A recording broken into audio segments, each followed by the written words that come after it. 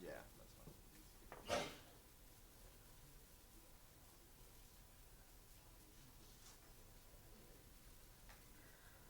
Kind of like we project in this room, but I know Yeah. you need it for AV and shit. So. Yeah, it's for the video. Yeah. If you've ever tried to listen to audio of someone attempting to project, it's sort of like, hey, there's some guy here for you on the phone. Here you go.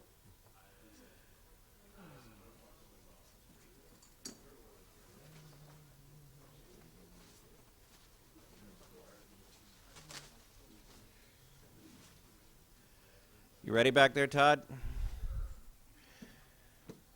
Okay, I'm Crispin of Shmoo, and the next session is going to be on one of my favorite topics. Dead Addict has a rant for us on usability versus security. Happy birthday, Crispin. Woot.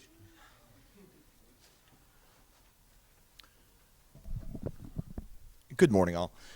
So, a few minutes ago, I was having a conversation about my speech, as I often do. People want to know what you're talking about and whatnot. And I was explaining I was going to chat about security and usability. And they're like, well, those are contradictory things. They're opposing forces.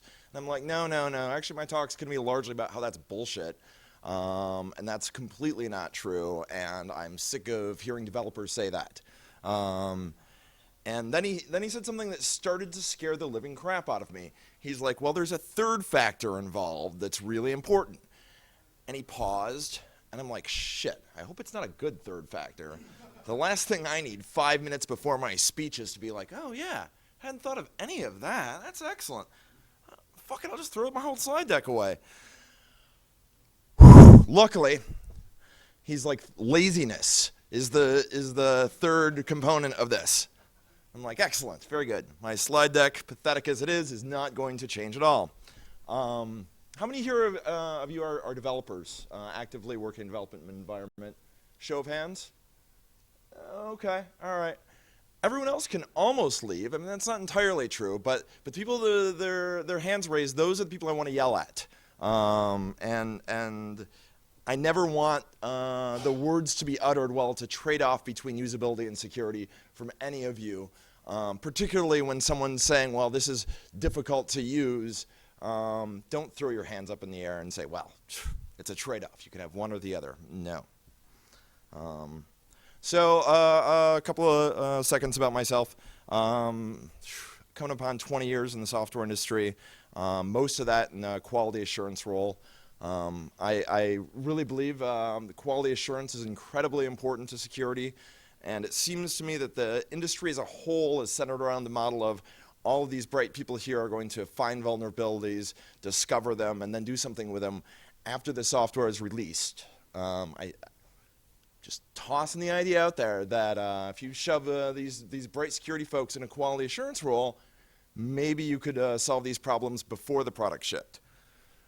And I will acknowledge the pay isn't as good as finding it after it's fixed. So nothing I can do about that. But honestly, if you do decide to do quality assurance in a software development environment, focusing on security, people will pay you a lot more than a normal quality assurance person. People realize the value of this, and they realize the cost of bugs after the product's released via finding them in the development cycle. For a number of years, I was sort of a tester at the end of the development cycle. So the spec would get written, the product would be nearly completed, and then I'd start testing. After a number of years of finding architectural issues and issues like this, they realized that it would save them a lot of time and energy to get my input earlier in the development cycle. So while I do quality assurance, I also review specs and all that sort of stuff. Personally, it's a lot more boring. I really enjoy watching software break in a catastrophic way. That's a lot of fun. Reading long documents for software that doesn't exist yet, not as exciting, not as much fun, but probably really important, and you should consider doing that. Needless to say, I'm sure everyone in the room here knows that breaking stuff is really easy. Comes naturally to me. And potentially that's why I'm staying in quality assurance, is because I'm lazy. So I can break things really easily, and they appreciate it. And I've worked in payment systems and PKIs and smart card infrastructure. I worked for security companies on security software. Prefer not to work for security companies. I think a lot of the people in the room might know why. If you care to reach me, feel free, da@defcon.org will get to me. If your mail's interesting, I may respond. So, if nothing else, I want everyone to come out of this with a realization that this is really important. This shouldn't be an afterthought. This shouldn't be something you think about later. Usability is crucial, and if we don't have usable systems, there is no way we're going to have secure systems. I propose you can't have one without the other. If you ask the user to make decisions and you're not doing it with clarity and an understanding of what their knowledge base is and the context in which they understand the question, they're going to answer wrong. The system's going to be insecure. And as a developer, you may say, well, the user made the wrong choice. But I would propose you gave them the wrong choice. And if at all possible, you shouldn't even be giving them choices. My mother should not get a dialog box that says, do you want to screw yourself and destroy your computer and compromise your security, except worded in the technical jargon that there's no way she'll understand. I don't how people here all have dealt with certificate warnings in their browser, I'm sure. How many people here have, when they get one of those warnings, they sit and they look at it for like 5 minutes, maybe view the certificate, then they think about that chain of trust, and then they think about that issuing CA, and then they think of why this may or may not be the case. Sometimes, you know, instead of the certificate being for commerce.bank.com, it's for commerce1.bank.com. Well, not a terrifying thing. Maybe you should say yes. I don't know about any of you, but it takes deep thought to answer those questions correctly, and I essentially have to internalize trust models. And outside of security professionals and people that focus on security, computer developers and people, professionals in the industry, really, they don't have a chance of answering those questions reasonably either. So largely, as developers, you all fail. And if nothing else, the usability is not easy. It's a difficult thing, and understanding how to create usable interfaces and understanding how users interact, it's all very, very difficult stuff. I would propose that proofreading carefully and a little bit of wordsmithing is not that difficult. And if nothing else, the next time you go to write a dialog box, next time you go to write some text that the user will be reading and making decisions based off, go over that text a lot. And get input from other people. Get input from non-security specialists about whether they understand that text. I've been told that anything more than 9 words on a dialog box is too much. And that's something to keep in mind. It's a small number. It's a tricky thing. Yeah, during. That's fine. Yeah, absolutely. So if we can only fit 9 words, Make them good ones. well, if we can only fit 9 words, how do you give a certificate error that meaningfully communicates to somebody what they're risking and gives them an ability to make that decision? Do you feel lucky? Well, Because I know, maybe? honestly, I'm not sure any amounts of words can give the certificate dialog boxes clear meaning. So all the PKIs and the hierarchy of trusts up until the root certificate. How many people here trust every certificate authority that's in their browser by default? Anyone have any idea how many of those there are?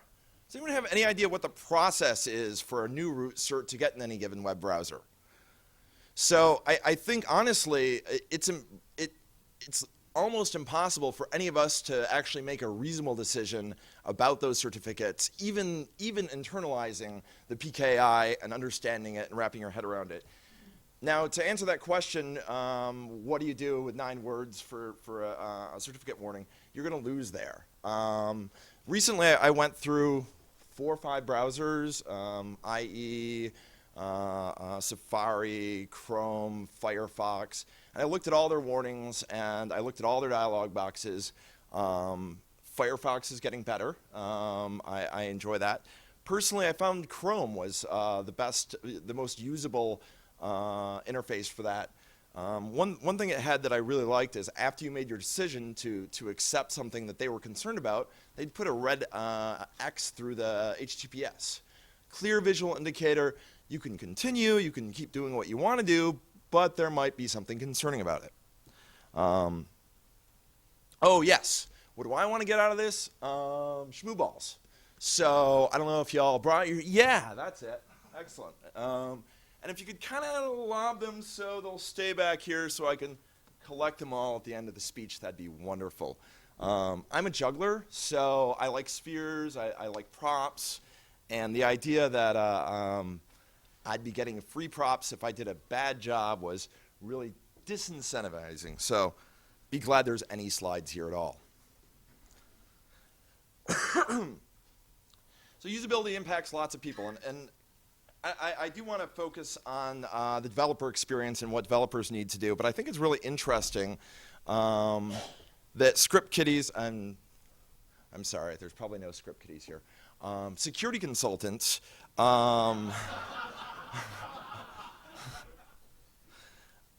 the usability in malware lowers the bar and increases the accessibility of attack tools, and it also increases your amount of opponents and hence noise if you're actually trying to monitor against things.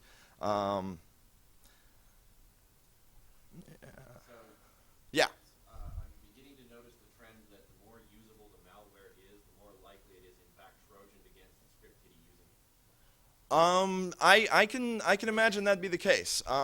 There's a couple of points there. One is free malware, and that's probably, I don't know, anyone that wants to run that is obviously making some risk analysis that probably involves some poor judgment. Especially phishing kits. One could argue the fact that they're downloading the software and wanting to use it in a malicious way indicates they have poor judgment to begin with. But I have a feeling that's not necessarily the case with professional malware, mainly because you're paying for a service, you're paying good money, and possibly and presumably if you're paying for these professional services, you also are part of a larger organization that could enforce a EULA and in a way that's less friendly than lawyers would.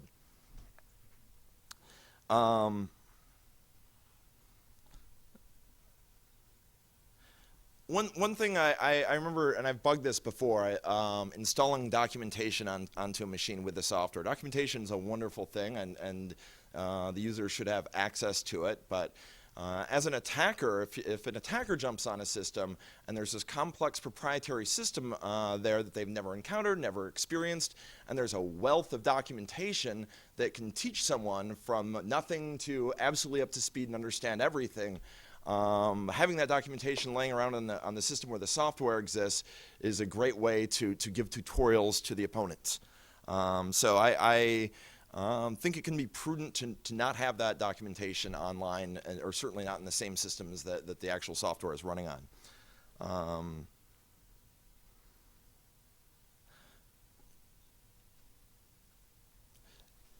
When you look at the possibility that the usability is a bad thing in this context, and that attackers will find the systems more easily to use the malware to attack, the frustrations with security consultants with limited skill sets that are masquerading their lack of skills. This also happens in the administration end, right? It's more difficult to tell if a Windows administrator has skills as opposed to a Unix administrator. I heard a wonderful story, and this is a bit of a tangent. I heard a wonderful story about someone that got hired in a security role in an organization. He was the one security guy. They had no security people. They looking to hire one, and they brought in an outside consultant to do the interview, which I thought was just brilliant. I think any of your organizations might, assuming they don't have smart, competent people in them already, benefit from that approach. So I find it interesting that the malware creators are realizing the importance of usability just because they have a commercial product. They're commercial software vendors at a certain point. Certainly not the ones that distribute the free tools, but the ones that give support certainly want as usable software as possible. For the same reasons that Microsoft or any commercial entity would want usable software, reduces support costs. And I worked in one organization that they actually build the development team for the support costs associated with their product.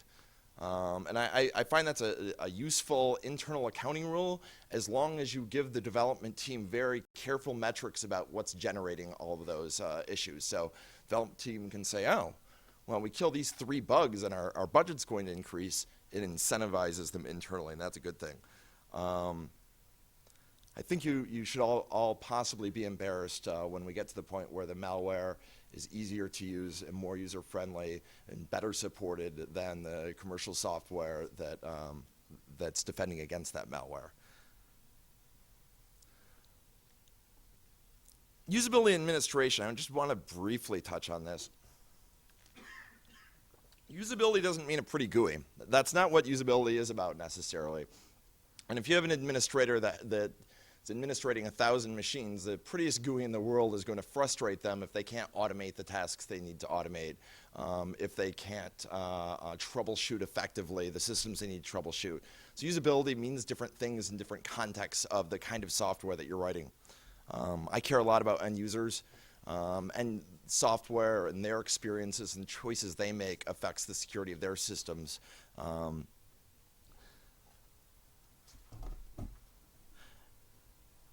So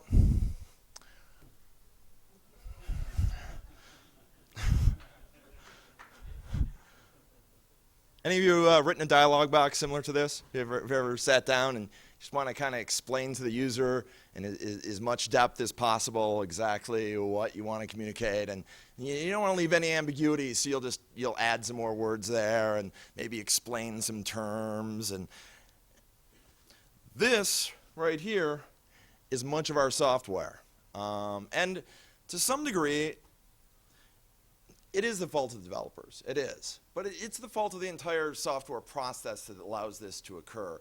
And the specification process and how software is created, the design is often neglected, and people concentrate on functionality and requirements of what the software can do rather than how it can do it. Here, if you had a bit of a hard time reading that, that's the same stuff. And it was pointed out to me by a friend of mine that this slide too was unreadable, and to which I'll say, I'm not a UI guy. I'm not a UI person. I find these bugs. I can't create usable software. I cannot create a good UI.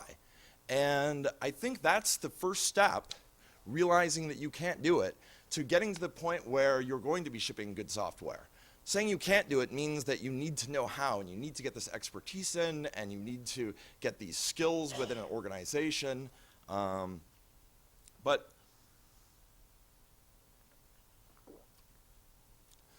all of these things, too many words, language that people aren't going to understand, unneeded words, just cut them out. Just reread and reread and reread wordsmith, which arguably this presentation isn't, but that's fine. Yes?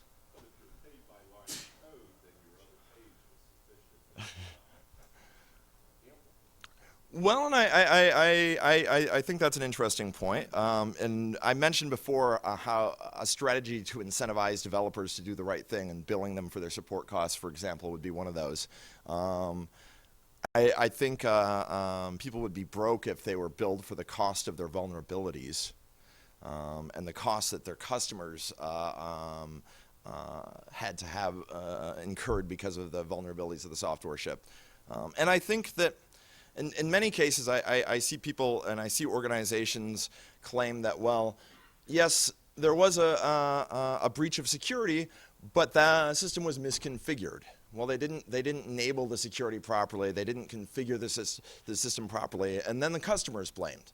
And I'm pretty much of the opinion that that's some bullshit. You know. Well, I don't have that problem on BSD. I install BSD and there's not all these ports going on. There's not all this stuff that I need to do to lock it down to begin with. And I think out of the box, your software should be secure, or as secure as possible. Yes?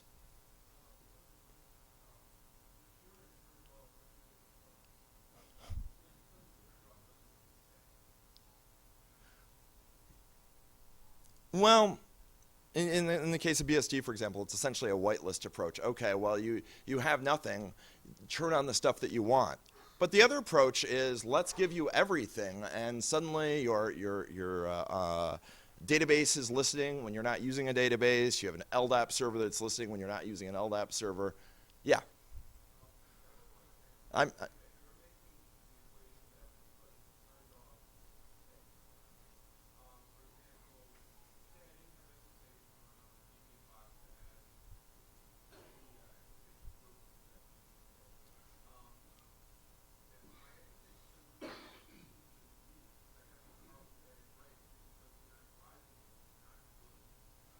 I think there's other approaches other than just disabling services to have security present in a default installation. And I think one thing to do is to look at hardening guides. And there's lots and lots of software. Third parties make hardening guides, cookbooks for how to put the system in a reasonably secure way. And if software manufacturers looked at those cookbooks, and certainly not all cookbooks are for all people, and they're written with the organization's needs in mind, but I think that's an excellent example of a starting point for how to create more secure default installations. Yeah, the other thing is, and I'm out of Canada these days, and I encounter a lot of graduates of the University of Waterloo, which is an excellent school. They impart very good technical skills. The people coming out of there are really good. They call it the MIT of Canada, but you know, they're arrogant as well. What I have found though is that people out of the university that are ready to program and ready to develop, they don't have communication skills. They were never told they needed them. It wasn't a requirement to be able to communicate. It wasn't a requirement to be able to write. It wasn't a requirement to be able to effectively communicate thoughts. And so there's huge gaps in the education, as far as I'm concerned, that prevent them from being able to do things like construct a sentence in a dialog box that has some clarity. Whereas a second-year English major would look at that same dialog box and would have an idea of what's wrong with it without even understanding the context of what the software is supposed to do.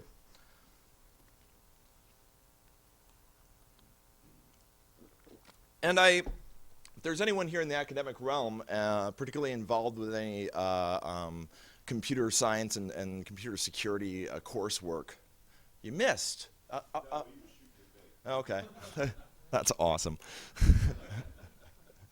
I really recommend to try to ensure that the students have some exposure to usability, and if nothing else, some language skills, because developers and technical people are going to be in organizations that require clear communication skills just for talking to their colleagues, just for presenting their technical ideas clearly, for writing specs that can be read and easily understood. Yes?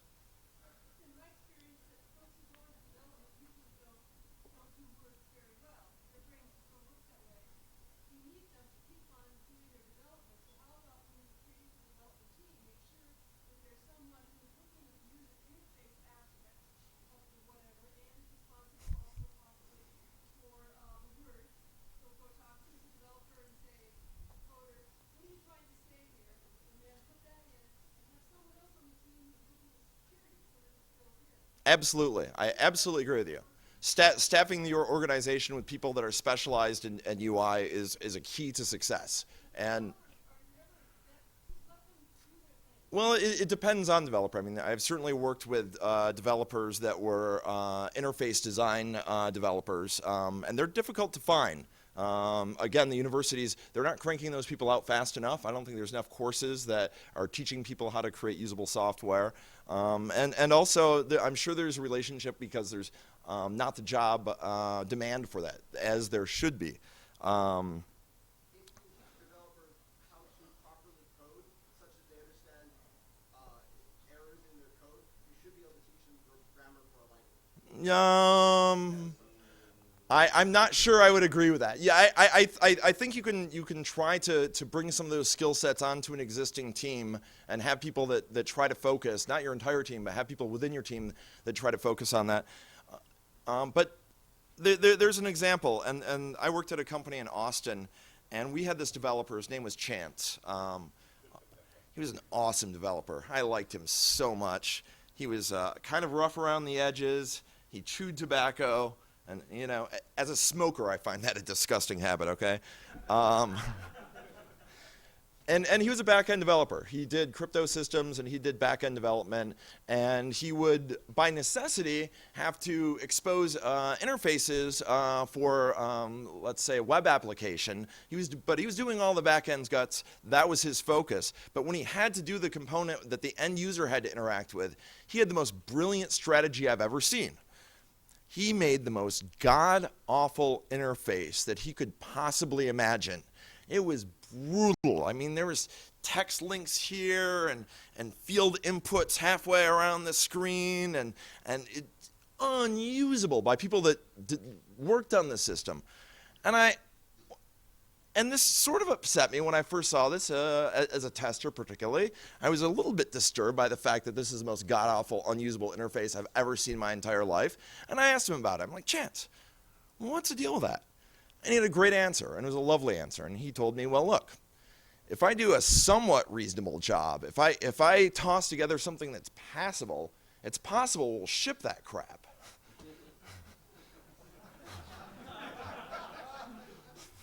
And he knew, in making an interface that was completely unusable, that no one would allow it to go out the door, that someone else would work on the front end, someone with some design skills, some aesthetics, someone that understood usability. And when you talk about bringing on people that understand usability into an organization, that's exactly what happened at that company. We had the luck to bring in a PhD and someone who was currently teaching usability at the university, and she knew what she was doing. And her design skills and understanding of usability and UI and how computers and end users interacted brought a lot to the company. The UIs that we created, both for end users and for administrators, were largely intuitive, easy to use, pleasant to look at. Unfortunately, I don't think there's enough of those people out there. If you can find them, try to find them. Yeah, Jack. Unless you influence the academic committees, you're not going to change the needs for what courses need to be offered to graduate. Excellent. Thank you, Jack. I think you were volunteering, right? You were volunteering, right? I don't. I think you should get a contract on it. Yeah. That's what I mean. Trying to talk to the on-board professors what they need to do is a waste of my time because they're clueless about what goes on in the real world. Well, I would respectfully submit that, and I agree that I think if there's more demand in the job sector, then more people will want these courses. I think that hopefully demand will create them, but certainly the academics need to. So basically, the colleges go out with a survey and say, what do you really need? Right. That's why a lot of colleges are coming up with certificate programs rather than academic. I assure you, though, that I am probably the worst person in the room to affect such change, as many academics don't take people without degrees very seriously. And indeed, I have no degree. And the only thing that's hurt... Academics very seriously either. What's that? They don't take non-academics seriously. Fair enough. Fair enough. But yeah, exactly so. Not part of the system. They don't want to hear you, period. Forget the degrees. I assure you, though, the lack of a degree doesn't help as well. And a side note about the lack of the degree, the only negative impact that's had on my career thus far is when living in foreign countries and getting into foreign countries. Most of them have very clear check systems and point systems, and that's how they decide whether they want to allow in workers. And you can have every brand name of company with senior positions in your resume, and that's not going to be enough, or it'll still be very difficult to get into countries. And I don't regret the lack of education, but I regret not having that piece of paper to allow me to move into other countries more easily. Yeah. What he says about academics is sort of generally true. Really? Well, I'm not saying it's everything. When you walk in and the department head kind of goes, huh? And some of the others follow the lead of the department head because they've already indicated you're poison. I mean, the trouble with a lot of schools, they want the adjuncts because they're SMEs and they're cheap. But they don't want them as full-time professors or unless they have a reputation that might. That's starting to sound like a personal problem. I don't care. I like to teach But because there everyone's new. are This is the talk. there are good professors who will look into the practical matters of security and usability. And there is academic work being done on the matter, and there's a couple of resources that I'm going to point to at the end of the presentation that will give pointers, mostly from an academic standpoint, the usability work that I'm going to point to. Mostly I wanted to point out that there's at least one professor here, and I bet you don't know who he is. Yes. I'd like to suggest for future work on this focus, back up a layer from user interface to user interaction. Yes. And that's critical, because user interface is, how do I ask this particular question of my user? User interaction is, which questions should I be asking? And two books to dive into do a great job of this. The Inmates Are Running the Asylum, which gives the philosophy, and About Face 2.0. Speaker give his talk and give him feedback to the feedback channel, please? I'd like to hear the rest of your content. Okay. No, that's fine. Thank you.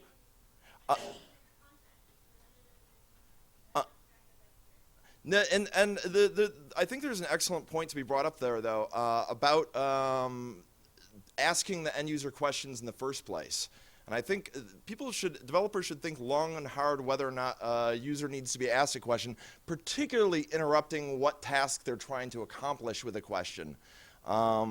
If they already know what their end goal is, and you ask a question that's getting in their way, they're going to try to continue to get to their end goal, and your question is going to be a puzzle about how do I still get to my end goal, and that's going to be the rationale in their mind and the decision they make.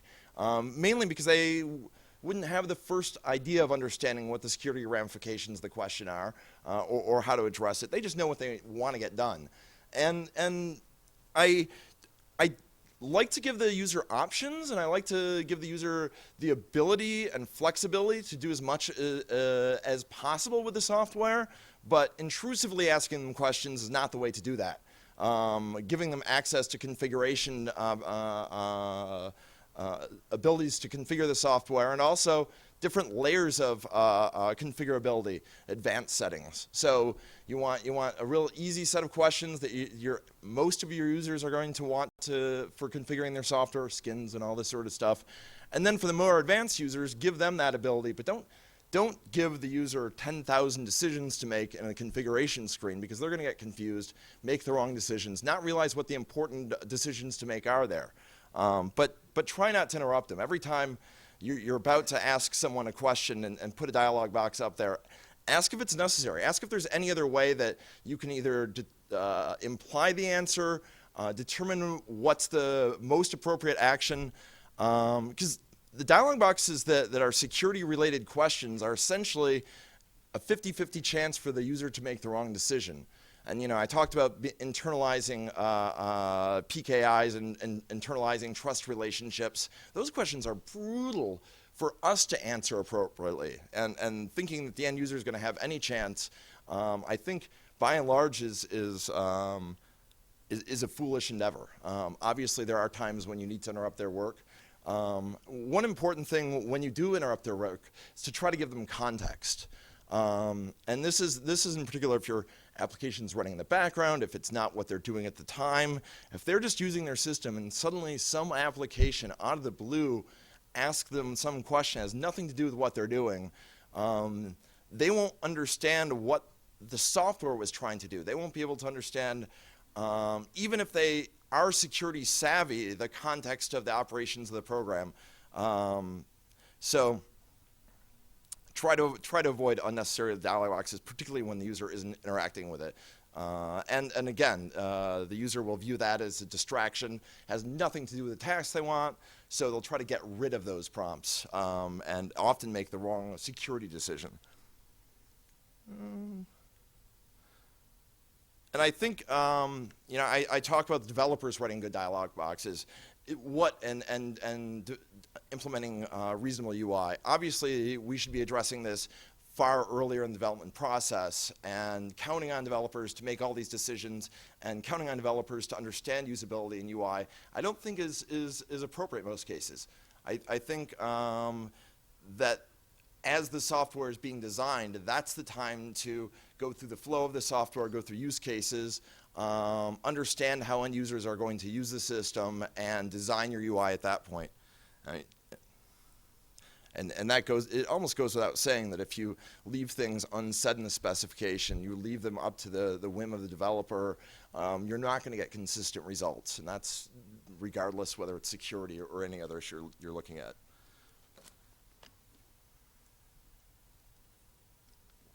I talked a little bit about default values. I think they're very important. Also, if nothing else, if I can convince 10 developers here to not write 10 decision dialog boxes, I'll be happy.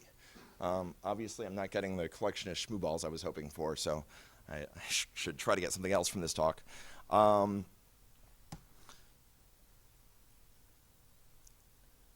Every single word that you present, every single dialog box, every single sentence, wordsmith it. Have someone in your organization wordsmith it. And I found technical writers are an excellent resource for this. And most organizations have them. They understand language really well. They understand how to communicate with end users. They can help in consistency in language, which is also very important. Don't refer to the same sort of functionality in different ways. Be very consistent about what you call things, and throughout your interface, be very consistent on all those. And also don't make up new terminologies, new jargons that's specific to your program. Try to, if at all possible, use existing well-known language for these things. I'm remembering one of the worst drop-down dialog boxes I've seen, and it was in regards of strength of cryptography. How do you make a decision on strength of cryptography as an end user? As a security professional, how do you decide? I mean, certainly I can say, well, there's certain key lengths and there's certain cipher suites that I don't want to use. That's pretty easy. Do I know what crypto is going to be broken or not broken in 20 years? That's a very difficult decision. On a side tangent, go look at some of your root certificates in your browser, and you'll find that they're set to expire in 20 or 25 years. I don't know what's going to happen then. So making a decision of what kind of crypto is an incredibly difficult decision. I have no idea. I'll take a stronger crypto if it's not going to cost me much processing power or time, and my system interaction isn't going to slow down. So the drop down that I'm visualizing on this piece of software, and I do like this company, and I won't name who has this dialog box. There's 3 choices on crypto strength. And if anyone wants to tell me which one you'd use, I mean, we all want secure systems. One was strong. That was the first string. Stronger was the second string. Yeah, you got it. Strongest. That was the third one. Well, I mean, strong is pretty good. I'm happy with strong. Strongest might be great, but strong seems fine. And honestly, you know, if the choices were weak, fair, and good, I'd probably want to go for the good if those were the 3 choices, right? Strong, stronger, and strongest. Well, heck, strong is good enough. Yeah. Yeah, that crypto goes to 11.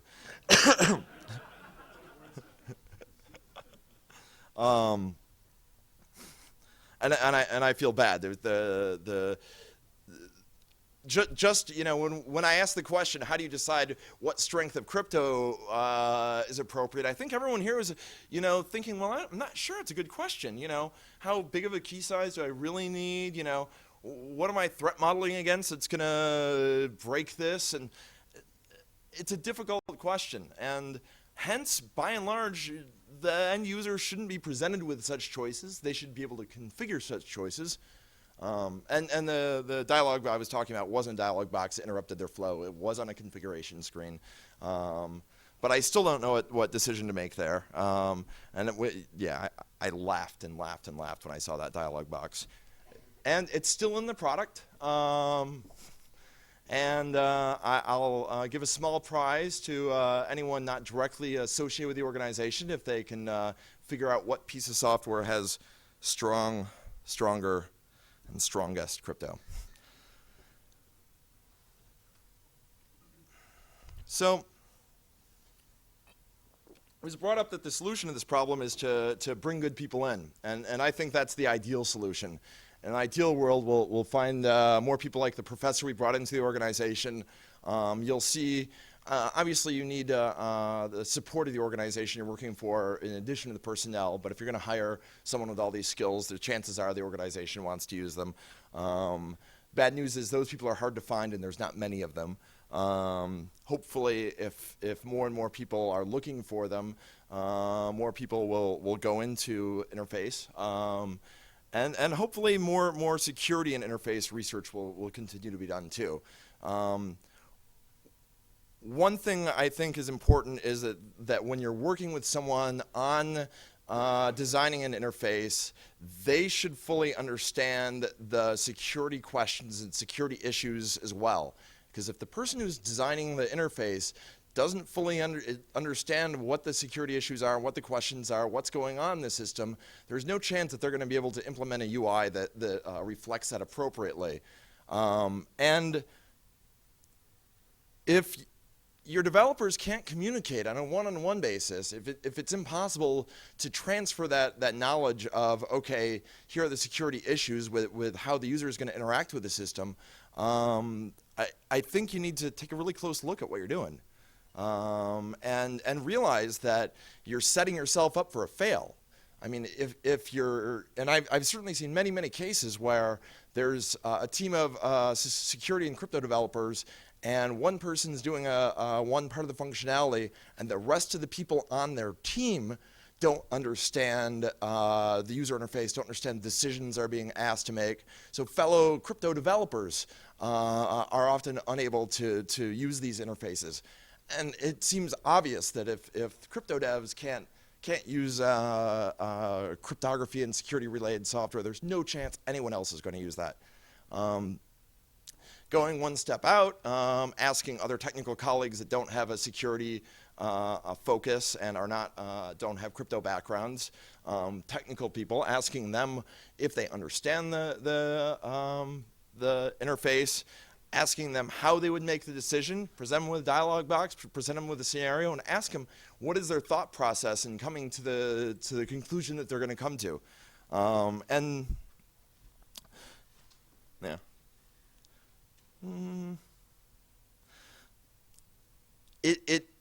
I did note it is hard to find these people. So there's kind of the next best thing you can do. Bringing graphic designers and people that understand design issues is better than nothing. Working with your documentation folks to understand how words work is a lot better than nothing.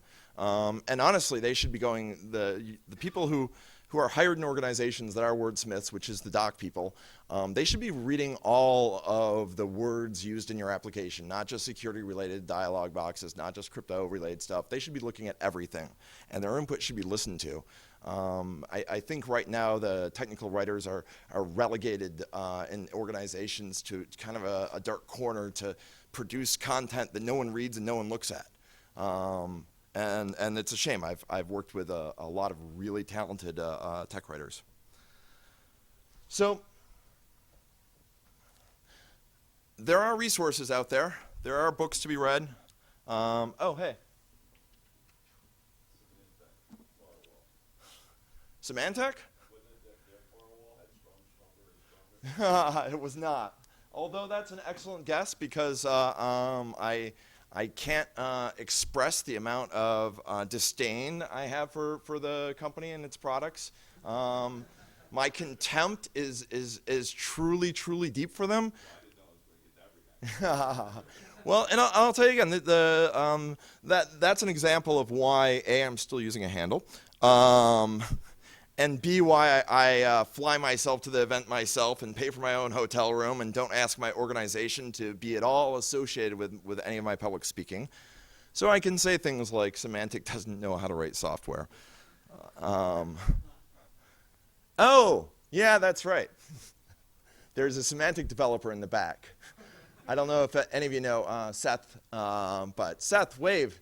He's a Symantec developer. Well, that's what you get for flipping me off. It's true. Now, in all fairness, he didn't actually decide to join the organization. The organization bought his company, so don't blame him too much. Excellent. Any other questions? Any thoughts? Yeah. No. No. No. No. No. Oh, okay, so that excludes Linksys. Yes.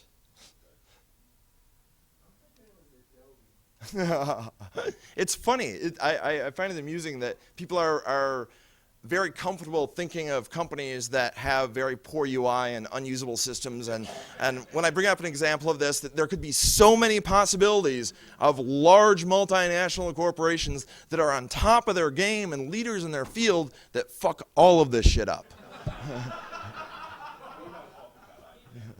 No, not IBM, not Apple. Yeah, back there. Yes. No. No, no, no. Any other questions? Thoughts? Yes. I do want to give a plug to the special interest group of the Association for Computing Machines, ACM. Awesome. Computer-human interaction, that's a group I belong to, and we do usability all the time, and there's thousands of us graduating, and we work really hard. It seems really good. Some do security, some are more techy, more developers, and some of us speak cool. Work with. If you could just try to partner up with some of these large organizations that were mentioned earlier, I think all of us would be grateful. Thanks. Yeah? An interesting problem about usable security is that security is, despite being a really ancient field, is still young in the sense that it's a hard open problem. We don't have hard solutions of do this and you get a secure system. We have guidelines that do this and your system will suck less. And HCI is even younger. They don't have the principles that say do this and you get a usable interface. They have fuzzy stuff about people who know what they're doing. And I agree with you. It's difficult to and getting it perfect is not something that we're going to get to or is even achievable. It's not an achievable goal getting it perfect. Well, I think getting it better is just because where we are now, I think getting it better isn't that much work. All it takes to get better is people start to care about this and for people to think about these issues and improving their current crappy products. By the way, I'm on the Microsoft Customer Experience Board, and we are thinking about this quite a lot.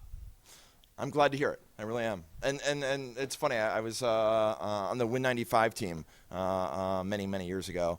And I think the motto of the Win95 team is a motto that developers here should strive for when they're thinking about these issues. And the Win95 kind of informal slogan was, Win95, we suck less. So if we could just suck less, I think we'd be all doing good. Yeah. So you talked about needing to describe things such that users were likely to understand them and were going to be most able to understand them. You also touched on the distinction between usability for administrators and users. Yeah. That glosses over the large range of the term user. Yes. Consider the need not just for UI designers, but actually, say, people who are experts in HCI and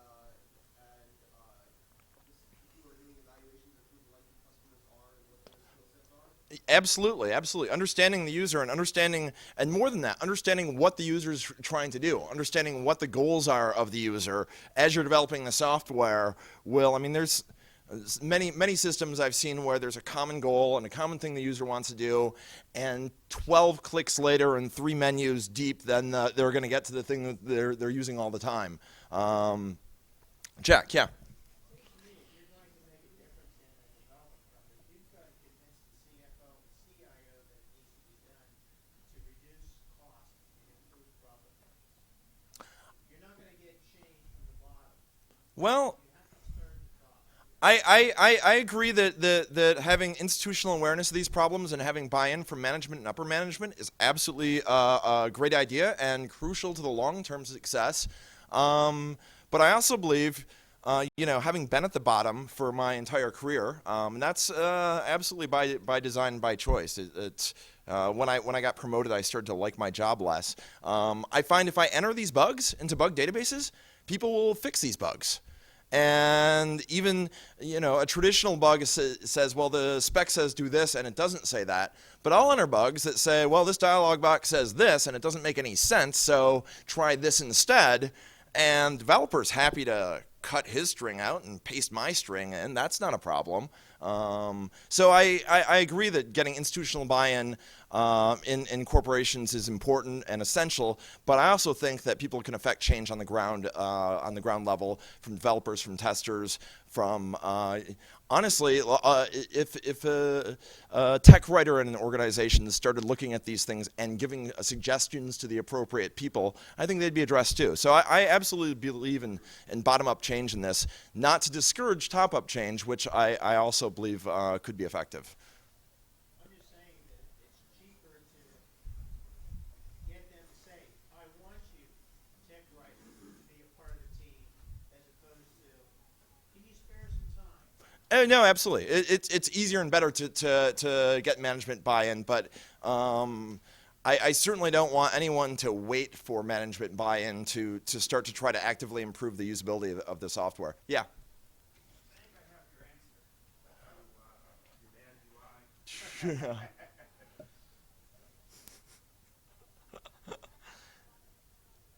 UI. Thank you.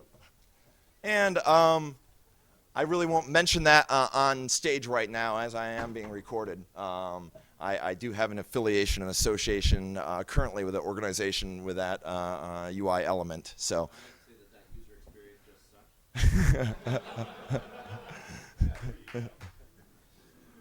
sucked. Thank you for your time. I'll be around.